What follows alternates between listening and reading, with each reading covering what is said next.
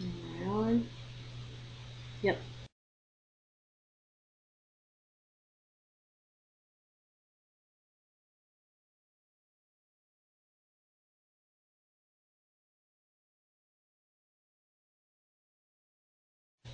Hi.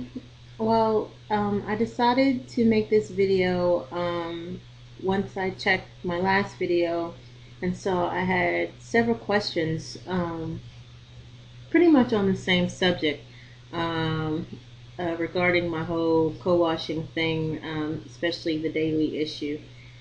So I thought I'd make this kind of interim video to answer those questions instead of answering, the same question over and over again. So let me get to it. Uh, the biggest question, it seems, and I've gotten it pretty much all along, but is how do you do the daily conditioning and then deal with going out with your hair wet? I'm not insinuating that you go out with your hair wet. If you simply wrap your hair in a towel, right out of the shower, I'm guessing that most of you are, need at least an hour, by the time you get up before you head out the door, and that is plenty of time. Now, if I can do that with all this hair and not have dripping wet hair, I mean, really, you can't do that? Again, I think it's just a mental thing. Give it a try on the weekends if you don't believe me, and see what happens. And the big thing is to not apply the moisturizer right away. I know we're so anxious about keeping that moisture in and everything, but trust me, the water is gonna do you justice more than you think. So once you co-wash and you pull all your shed hair out, and again, if you're not sure what I'm talking about as far as technique, go see my finger combing video, which I did in my first year when I had my brainstorm about this, and I show you my technique and how to manipulate while you're in the shower.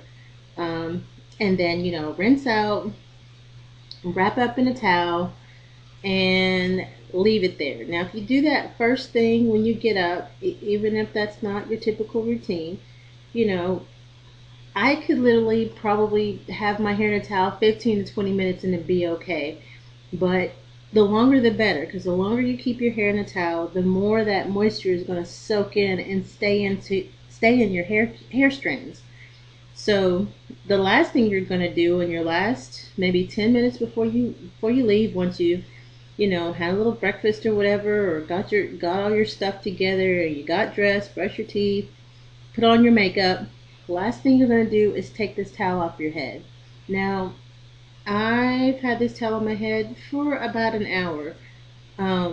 So let me just show you. And again, it was dripping wet when I got out of the shower.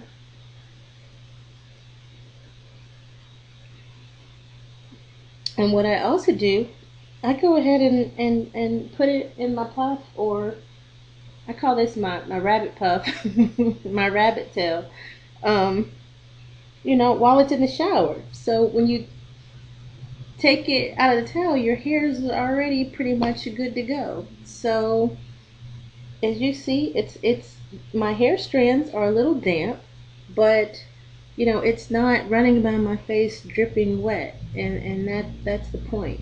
And then all you have to do, if get some moisturizer in your hand and you just want to smooth it on, and just rub on your ends like this. That's it, to seal it in. You don't have to go in there and be aggressive about it.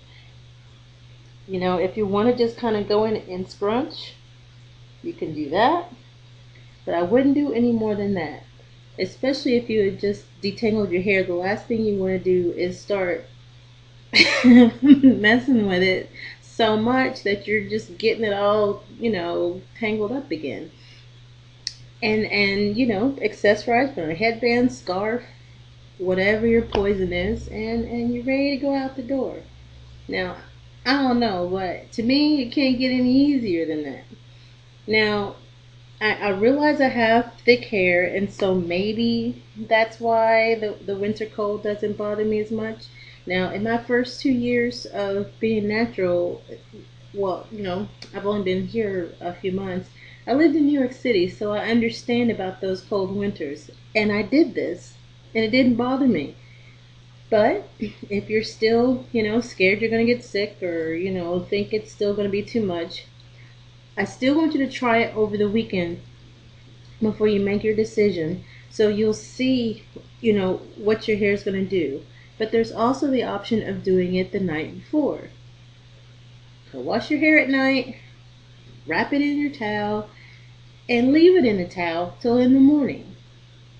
Now, wrap it as tight as you can, or maybe you have a smaller towel that you can kind of keep it in and then put on a bonnet or something. Now, I've never tried that method, but I'm sure it will work.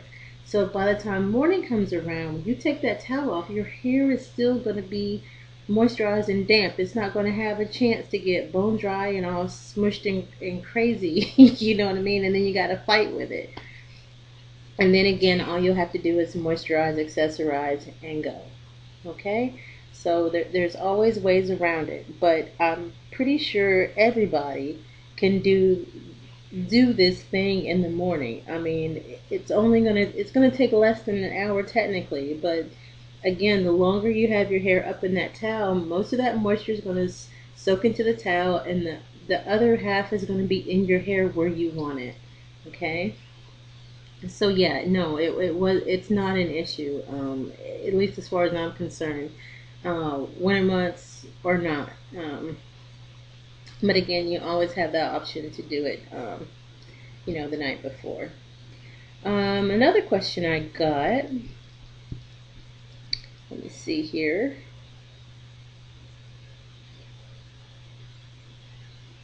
Oh yeah, the whole protective styling thing.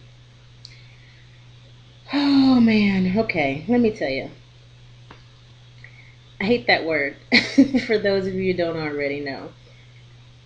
I mean, that word only kind of came up since the natural hair community. I don't remember anybody talking about protective styling because now all of a sudden it's cold and we can't touch our hair. I think it's just a load of crap. But the only similarities between that and my whole co-washing thing is the fact that the reason why you feel like your hair is growing, and it is, everybody's hair is growing, or that you're retaining length, is because you're not manipulating it every day. And it's the same thing with the co-washing. You're not over manipulating it so much that you're breaking it off. That's the whole point. But the problem with the whole protective styling concept is once you take that style out and go back to your, what you've been doing, you're just going to go back and regress back into, losing your hair because you still don't know what to do with it when it's loose. Does that make any sense? So it's not whether or not you put it up in some sort of braid style or whatever, or leave it out. It's all about how you manipulate it. That's what's going to determine whether or not you keep your hair on your head or not. Okay, and which also leads me to the whether or not keeping it straight is natural or not. Now, I got an interesting comment that said, well, yeah, your hair may not be chemically permed, and I'm paraphrasing here, but keeping your hair flat iron is not in its natural state. Okay, true enough. But neither is braiding, neither is a twist out. That's not how your hair grows out of your head, but that's okay. You know what I'm saying? I mean, really, I just don't understand what the uptightedness about straightening your hair is. I mean, I understand as far as really promoting, wanting to show the world and yourself, and really kind of infusing yourself in the world with this, with what is truly natural for us. And I get that, which is why I say, wait a year or more if you can before, like, until you are really, really, really set in your mind that you know you're okay as is.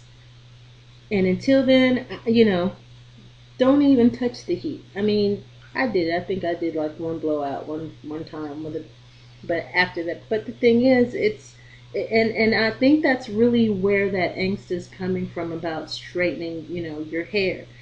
But all those styles that you do, I mean, is not natural as well. But I don't hear anybody saying, "Oh, don't do a twist out," or "You're not natural."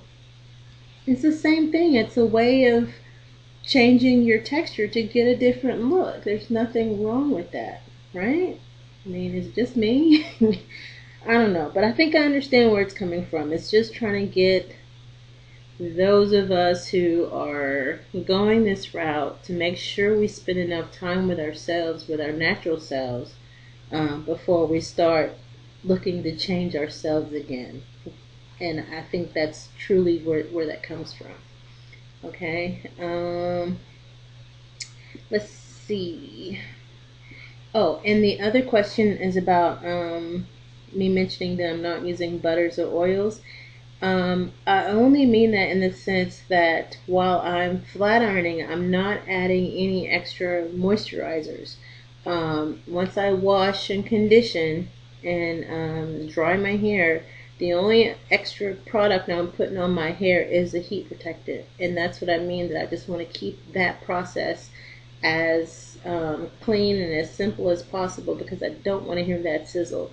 And I'm afraid that if you add oils, whatever heat you're applying to your hair, the temperature is just going to get jacked up that much more because you have an oil on your hair. It's kind of like putting on tanning oil, or putting oil in a pan before you fry something. I mean, technically it's the same concept. So oil and heat does not mix. So that's just me just trying to really keep it simple and clean so that my chance of getting heat damage is far less, if at all. Obviously, I don't think it's going to happen because I'm using huge sections and I'm not letting my flat iron get above medium heat. And those videos are coming, so I'll show you those soon. Okay. Let's see, is that it? Oh, and the other thing is, no, I'm not flat ironing every day. That's the other thing I'm not doing. And again, in my next few videos, I'll show you what I'm doing to maintain the straight style, or the waves that I'm preferring to wear my hair. But it is not necessary for me to go through and flat iron my hair every day. And I think that would just be detrimental over time.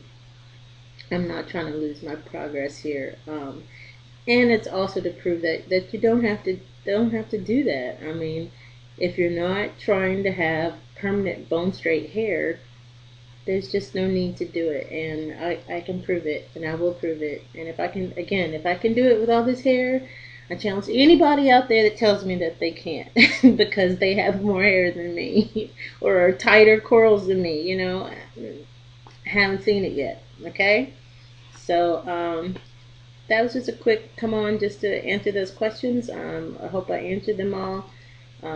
Again, if anything else, check out my finger combing vid and check out my winter wash and go vid, because that video will show you an alternative to just doing kind of the co-wash and go. And it's basically using the shingling method with gel. And for those of you who are really kind of afraid of those, of your, of the winter months. Okay? So, is there anything else? Leave a question, all right? Peace.